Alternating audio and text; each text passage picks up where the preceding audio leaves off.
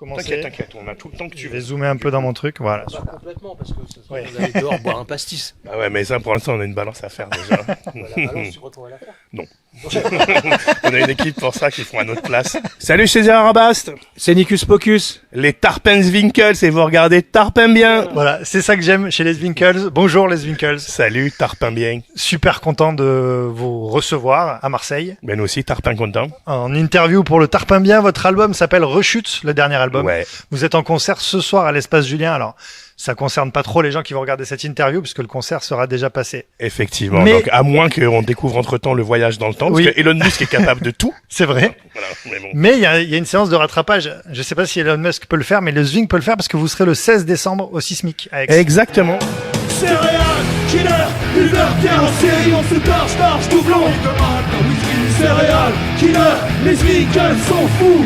On laisse que des cadavres derrière nous. L'album s'appelle Rechute, c'est votre 4e album studio. Vrai album, ouais. Voilà, après il y a des EP et tout ça, évidemment. Vous avez fait une pause de 13 ans, donc s'il y a eu Rechute, c'est qu'il y a eu, C'est qu'il y a eu guérison, puis Rechute pour. C'est une Pourquoi vraie guérison rechute, oui, c'est une vraie rechute, oui. Parce qu'en fait, on s'est vraiment séparés 10 ans. On a fait nos trucs, etc. On a fait quand même, Zwinkels, on a commencé en vrai en 93-94. Ouais. Donc on a vraiment fait 15 ans intensifs du groupe, et puis on a arrêté parce que voilà, on en avait marre, on s'entendait plus de ouf et tout, et on a vraiment eu envie de revenir pour faire des concerts en fait au départ, et en se revoyant pour faire les concerts. Très très vite, c'est même pas l'idée, enfin naturellement l'album il est venu en fait. Quand on se retrouvait Ouais. pour faire des concerts, l'album il est devenu un peu évident. Enfin, J'ai une ligne de conduite, mais j'ai fait un paquet d'entorses. Ouais, j'aime vivre très très vite. Ce qui ne m'a pas tué me renforce. Comment vous avez travaillé pour cet album? Parce que, d'ailleurs, vous laissiez entendre dans un morceau qui était, je crois que c'est Série Noire, que, en gros, il y a Xavier qui peste un peu parce que vous voulez partir dans un coin, vous isoler pour composer. Est-ce que vous avez gardé ça ou est-ce que vous avez travaillé différemment? Alors je vais voir les familles, savoir s'ils ont pas un truc à me dire. Il paraîtrait qu'ils seraient retirés dans un bled éloigné, soi-disant pour composer. Pour picoler, ouais. Allez, j'y vais en Chevrolet. on l'a gardé d'une certaine manière, mais en fait, comme aujourd'hui on a des vies de famille, etc., c'est plus compliqué d'aller s'isoler comme on aime bien faire en Bretagne ou en Bourgogne. Là, du coup, on a pris une petite pièce dans mon sous-sol. Ok. Et on s'est installé chez moi. Mais on s'est quand même bien isolé parce que même chez moi, en fait, généralement, quand on venait, femmes et enfants s'en allaient. Pour l'anecdote, vraiment, ça vaut le coup de la raconter, qu'on s'est retrouvés. Qu'on a commencé, on s'est dit, tiens, cette semaine, on va commencer à faire du son. On s'est retrouvés et on a acheté énormément d'alcool. Pour votre santé, l'alcool c'est maximum 2 verres par jour et pas tous les jours. Pendant 4-5 jours, on picole et puis on travaillait pas vraiment, quoi. Et ma meuf, qui est un peu notre productrice aussi, Francie, elle nous dit, mais qu'est-ce que vous faites là? Vous travaillez pas? Et là, Nico, il a eu cette phrase juste magique, il a dit, non, là, on prend nos marques. On va- On prend nos marques.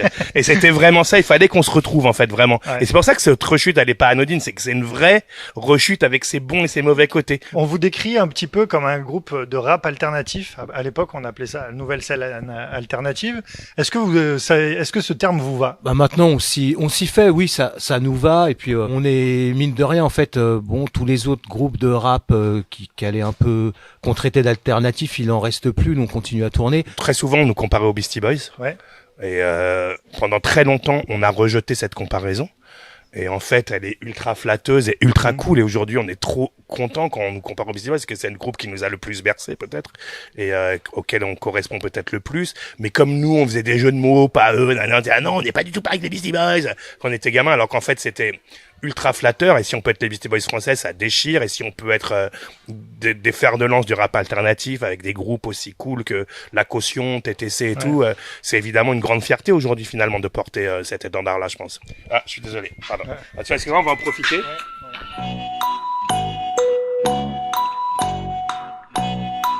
Petit mot sur le punk, qui est le premier morceau que vous avez clippé, d'ailleurs, qui était passé à l'époque sur M6 et tout ça, qui avait fait vraiment parler de vous. Je veux réveiller le pont qui est en moi, faire péter le stupide, pont. Je veux réveiller le pont qui est en moi, réveiller le cœur qu'on paye ton pont, fais péter le pont. Et ce morceau, c'est à la fois il vous a fait un petit peu connaître, et en même temps il vous a peut-être un peu enfermé aussi dans une catégorie rappeur rocker, quoi. Et il y a pas un paradoxe avec ça Si, totalement. Ça nous a ouvert plein de portes qu'on n'aurait jamais eues autrement, mais ça nous en a fermé aussi. Et l'idée dès le départ, c'était d'avoir un contrebalancement avec un morceau plus hip-hop derrière. À l'époque, faut savoir que ce clip a coûté 300 000 francs. Tu vois, c'était très compliqué à l'époque de faire de la musique, de faire des clips et tout ça. C'était très cher.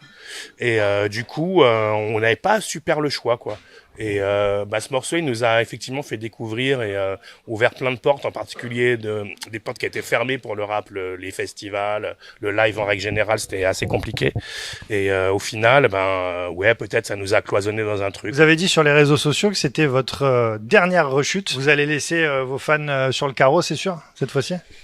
Écoute, c'est pas compliqué, en fait, on dit aux gens, et c'est pas éternel. Tout ça, c'est pas éternel. Ouais. Il faut venir au concert parce que tout simplement, il y a un moment où ça va s'arrêter, c'est sûr et certain. Et il y a un moment, par exemple aussi, où avec le Covid et tout ça, il y avait plus de concerts. Tout le monde disait putain, j'ai qu'une envie, c'est de sortir. Et maintenant qu'on a le droit de sortir, sauf que les gens, ils ont un peu du mal à remontrer leur museau. Donc, on a dit attention. Il va y avoir une fin. Et nous, on a une fin à ça parce que tout simplement, on s'est reformé il y a 4 ans.